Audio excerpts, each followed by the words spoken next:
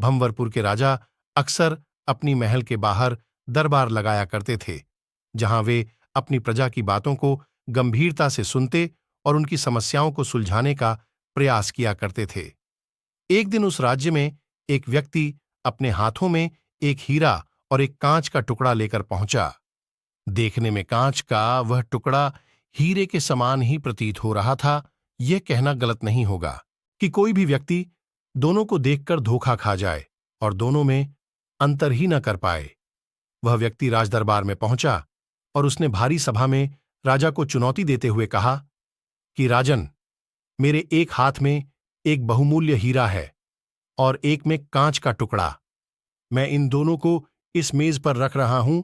आपके इस राज्य में उपस्थित को व्यक्ति इन दोनों की पहचान कर दे कि इनमें कौन सा हीरा है और कौन सा कांच का टुकड़ा, तब मैं यह बहुमूल्य हीरा आपकी तिजोरी का शोभा बढ़ा सकती है।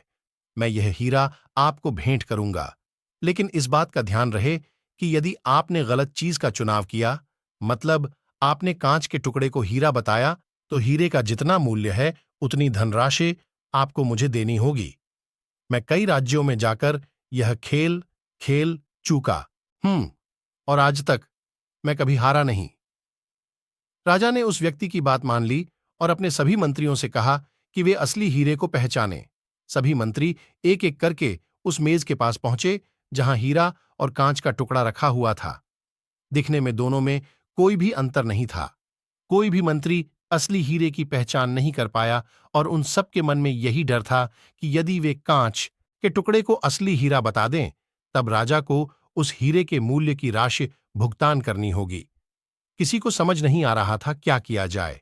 एक तरह से राजा की हार हो रही थी, राजा भी समझ नहीं पा रहा था। तभी राजदरबार में उपस्थित प्रजा समूह से एक आवाज आई, राजन, कृपया मुझे भी प्रयास करने दें। आवाज एक बूढ़े अंधे व्यक्ति की थी जो बचपन से नेत्रहीन था। सबको लगा कि इतने बुद्धिमान मंत्रियों से कुछ नहीं हुआ तो एक बूढ़ा व्यक्ति क्या कर लेगा, लेकिन राजा के पास और कोई रास्ता भी नहीं था। बूढ़े व्यक्ति को सहसम्मान उस मेज के पास ले जाया गया। उसने दोनों ही वस्तुओं को छुआ और एक झटके में बता दिया कि कौन सा असली हीरा है और कौन बस कांच का टुकड़ा।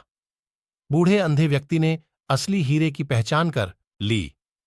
वह व्यक्ति भी चौंक गया जो इस शर्त के साथ हीरा लेकर आया था। अब हीरे को तिजोरी में रखने की तैयारी शुरू होने लगी। बूढ़े बाबा की जय जयकार होने लगी। इसी बीच राजा उस बूढ़े व्यक्ति के पास पहुंचे और उनसे पूछा कि आपने एक झटके में ही असली हीरे की पहचान कैसे कर ली?